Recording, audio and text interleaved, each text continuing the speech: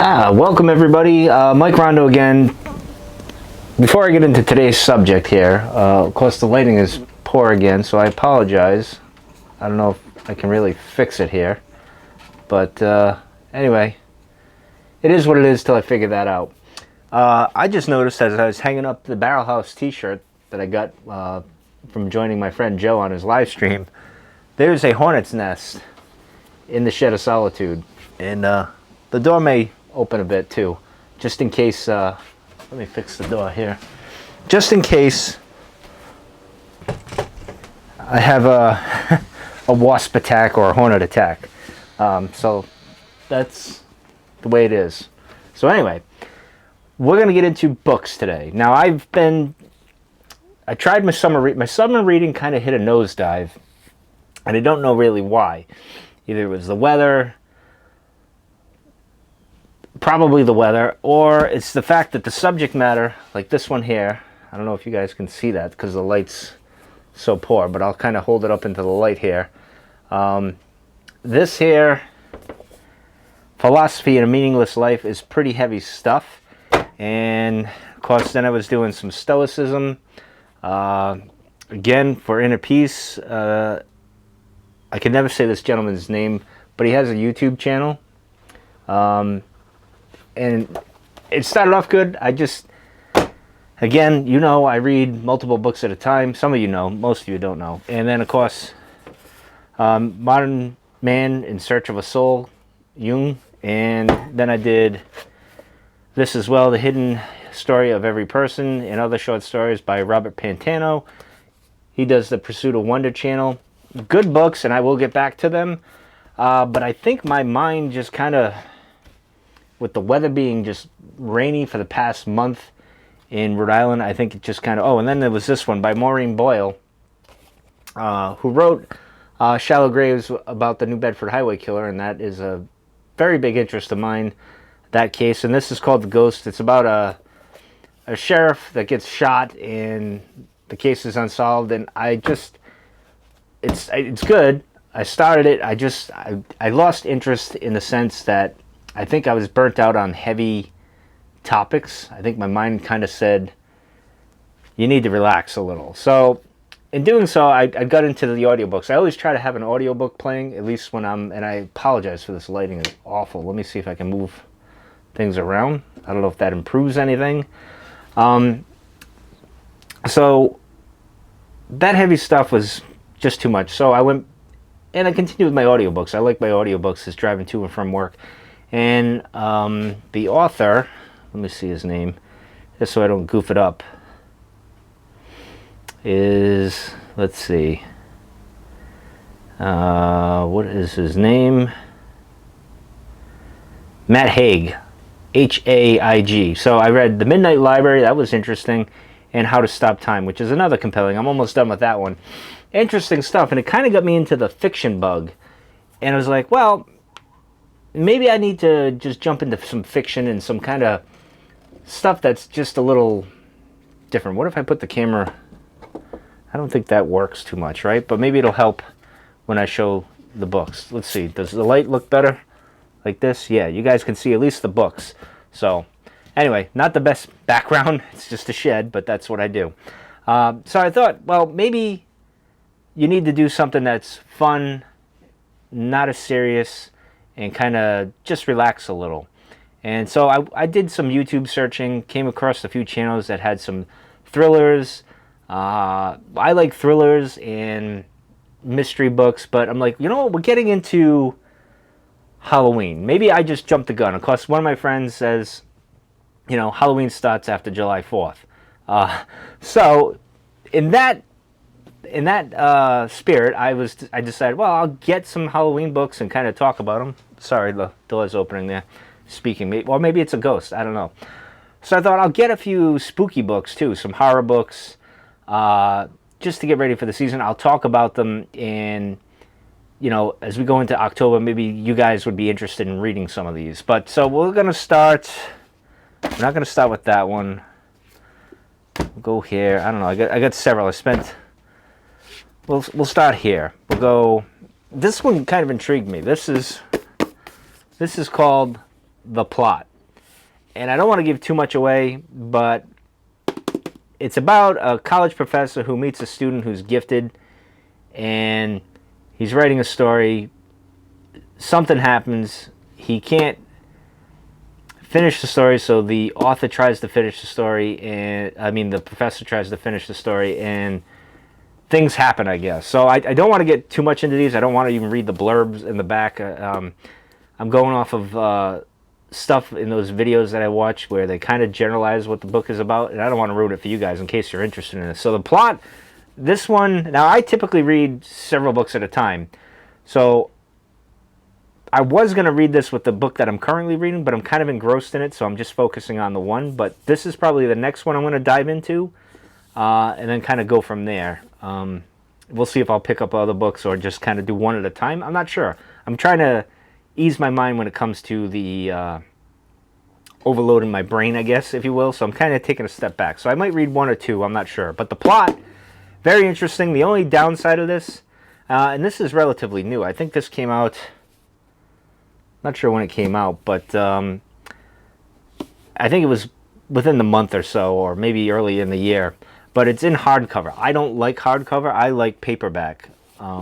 It's just, I prefer paperback. Hardcover is nice, looks great on the shelf, but I like to get into my books and bend them and do all sorts of things. But anyway, the next one is horror meets sci-fi, and this is called Parasite.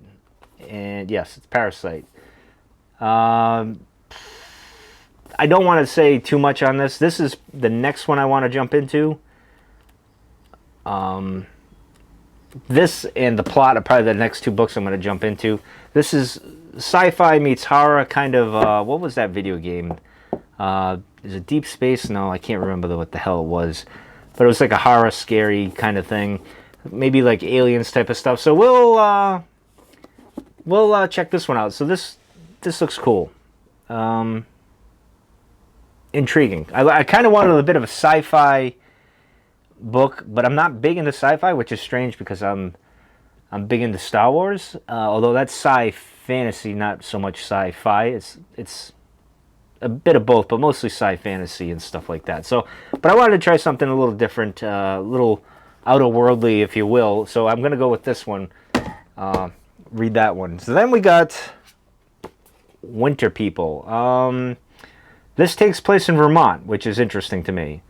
And I don't want to get into too much, but it's Vermont, and I've spent a great deal of time in there, and my father, of course, lives in Vermont. So this is basically the most mysteriousness is that of Sarah Harrison Shea, who in 1908 was found dead in the field behind her house just months after the tragic death of her daughter. So we shall see. This is kind of a horror thing. Again, getting into the spooky season. Winter People.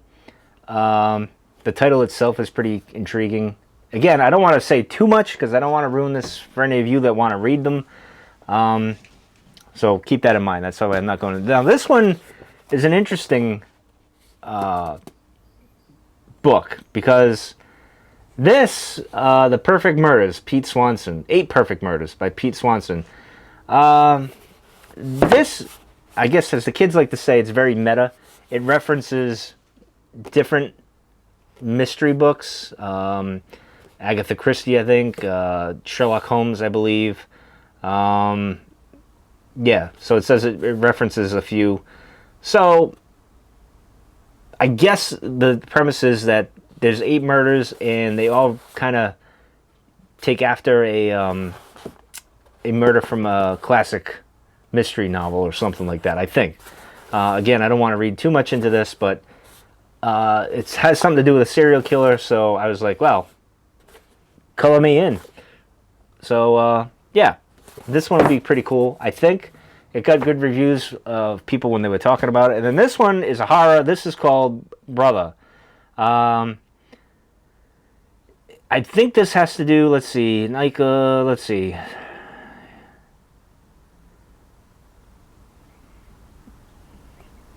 It basically has to do with 2 brothers. I don't want to go more than that because I don't want to spoil things. I mean, I can hold this here, and maybe you guys can pause and read some of that if you want to. But I get it because, well, my brother and I don't have the greatest relationship in the world, and it kind of intrigued me. So I was like, well, let's dive into some little brotherly love or some family drama.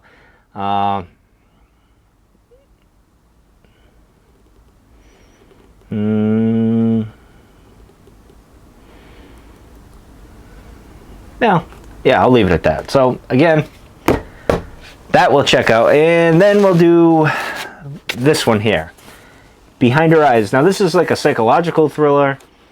This woman meets, I guess, the guy of her dreams.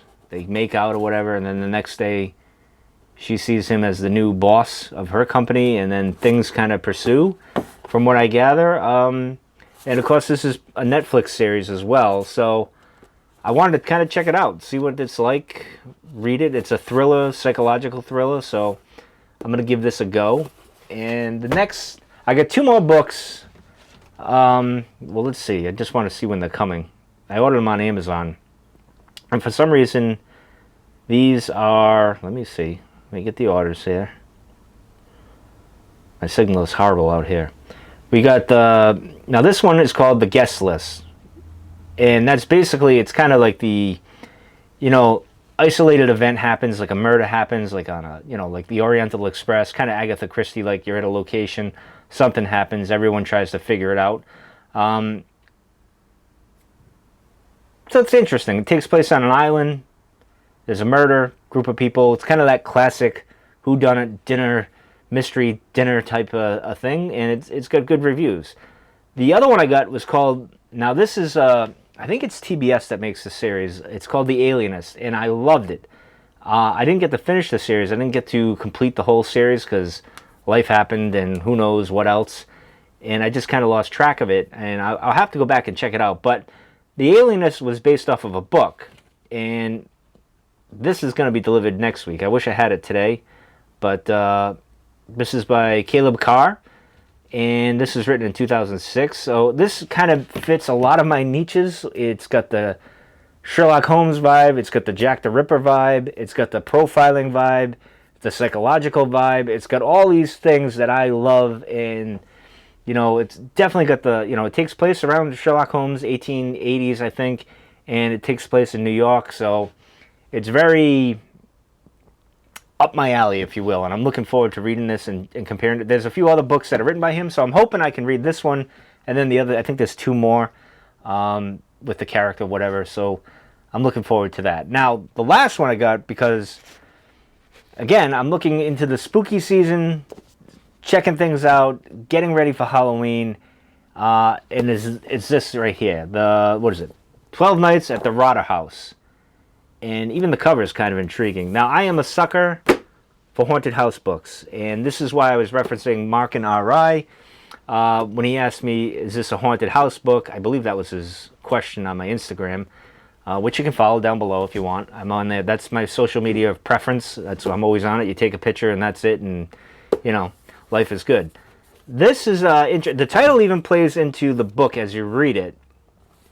And you start to wonder how this is going to end. It's always in the back of your mind as you progress with the story. I am on chapter 11, and again, I've gotten engrossed into this book pretty quickly, and I'm going through it pretty quickly. I got this when did I get this? Wednesday, I think I got it, or Tuesday, and I started reading it on Wednesday. So I'm pretty, and after this, I'm going to smoke a pipe and read this as well. So very intriguing. It starts off kind of like what's going on here? Then you get into chapter 2, and it kind of explains things, like a back story to it.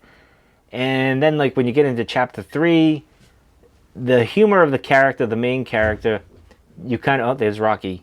I related to him, and that's what you want in this good story. So I'm going to review this book when I'm done with it. So look forward to that. I'll get into more detail, Mark. And again, I apologize for the dog. Hopefully, it doesn't stir up the hornets that are in the shed. So those are the books that I got. I'm actually looking for more because I'm actually going to make a library in here somehow. I don't know how I'm going to do that, but that's what I'm working on. But that's my haul. I consider this, it's July, it'll be August next week. It's still technically summer reading, but I kind of call it fall reading, because I want to get ready for the fall, and especially I want to recommend this. Hopefully I can recommend this as I get to the end, because it's intriguing so far. And it's the perfect Halloween haunted house kind of movie. It's not, it's more suspense, I would say that, and kind of psychological in a sense. It's not horror, at least not yet.